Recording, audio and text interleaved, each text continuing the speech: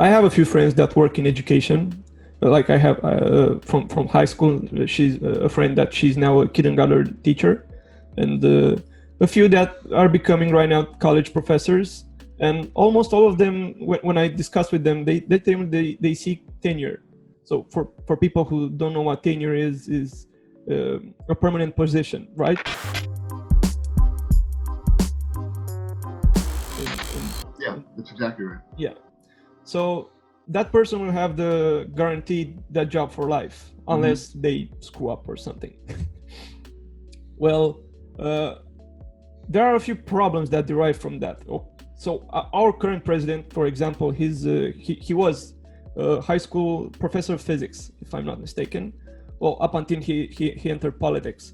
He focused all his attention on the political career, but because he had tenure, that position is reserved for him, and the person that now he is substituting for him, he can get that tenure position because that position is blocked. Well, I guess what I'm trying to ask you, does tenure hinder the ability for a professor to seek improvement? Or, I mean, basically, I'm asking if a professor can get lazy because of tenure. And are you in such a position, or have you ever felt that way? That, well, now I have a job for life. Sure. Life's good. Yeah, I've held tenured positions in 4 different universities in the U.S. Okay, and while I've been privileged to be in that kind of situation where job security is guaranteed, I've also had mixed feelings about it, to be very honest with you. I was a participant in a program maybe 3 or 4 years ago at one of the most prestigious universities in the U.S., Northwestern University in Chicago. And I was a panelist at a program that they had in the business school. And so the questions that were posed to us on the panel, were what's the interface? What's the connection between business and academia? How can they get along together? How can they support one another? And so my response to that was to call attention to the significance of tenure in the university. And it was very clear that the folks in the corporate world didn't even know what that was, okay? So I explained it to them in very short terms, and they said, what? You mean you can have a job for life? Never get fired? And they went, how is this possible? And it was very funny because that was a very realistic response to a situation that exists in a very small community.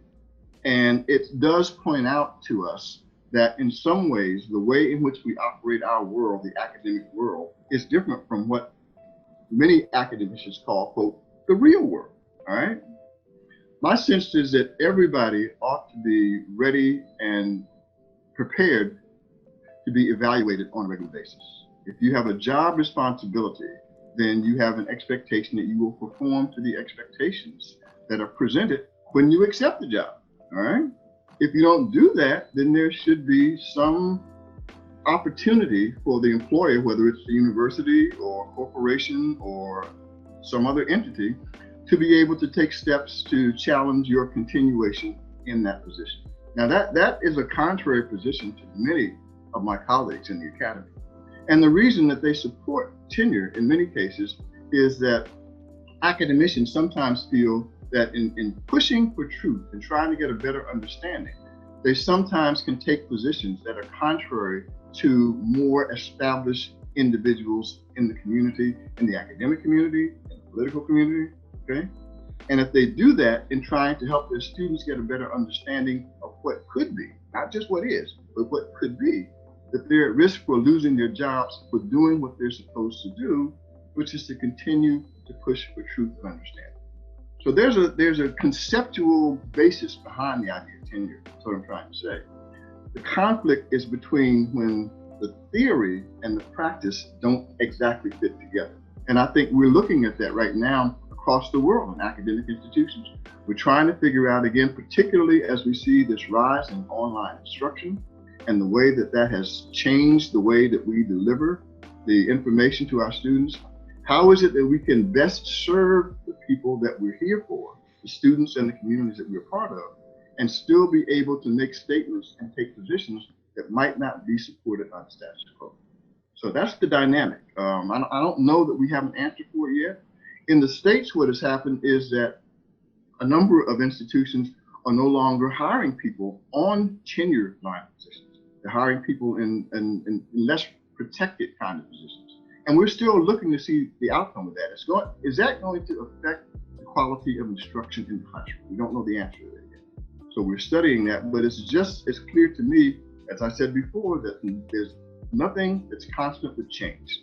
Just as the world is changing around us, the academic community has to be prepared to make changes as well if that's necessary. We can't simply say that because we've always done it this way, we expect to always continue to be. Oh, okay. So tenure is a way to. Sorry, Vlad. We have to examine the way tenure operates and serves not only the people who hold tenure, who are the professors, but the people who are receiving the services from those tenured professors, who are the students and the communities that we're part of. Okay. So you're there basically has to be a middle ground. That's what I'm looking for. I'm looking for an effective middle ground that serves the best interest of all parties. You're advocating for competence, even in tenure, and also tenure is a way to protect researchers, for example. Sure, absolutely. Yeah. And there are a number of institutions now that have put into place what they call post-tenure review, which means that even after you've achieved tenure on some regular basis, say 5 years or so, every 5 years or so, some of your colleagues come in to look at your performance, and they make a judgment about whether or not your performance is appropriate and meets the standards that they would expect. And if not, there are certain kind of changes that you have to go through in terms of the way you do your instruction, the way you conduct your research, and so forth.